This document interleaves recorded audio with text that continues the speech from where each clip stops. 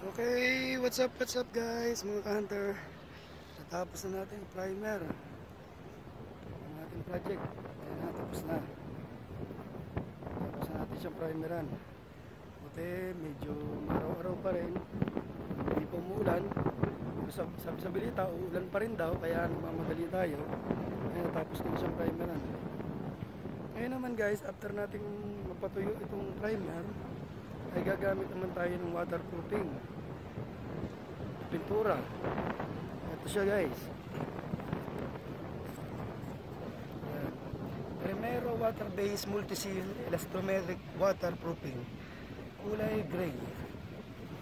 Maraming kulay niya, may green, may red. Kayo nang bahala mamili kung anong gusto nyo gamitin. Ang waterproof siya guys. So guys, ayan, kung makikita nyo sa gilid, itong gilid na to, ano to, fiber mesh siya, nakasama sa pintura. Pag binili nyo siya, may kasama ng ganyan para sa mga pamakuan. Yun ang gagamitin nyo. Pagka-apply nyo ng isang apply sa ating waterproofing, lalagyan nyo yung pamakuan ng fiber mesh. Lahat siya meron. So itong bubong natin kasi medyo malaki ang problema. Itong unahin natin side kasi tumutulo. Yan yung part na yan. So mas malaki yung binili natin fiber mesh. Ito, ganito kalaki. Ilalagay natin siya sa mga pagitan ng mga bubong, sa mga dugtungan. Kaya bumili ko nito. Yan guys.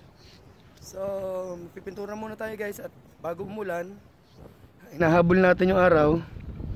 Okay, salamat guys. So yun nga guys, hapon na.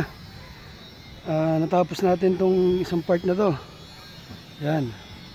Nai-waterproofing na natin siya. Nilagyan na natin siya ng fiber mesh para hindi na siya mag-leak.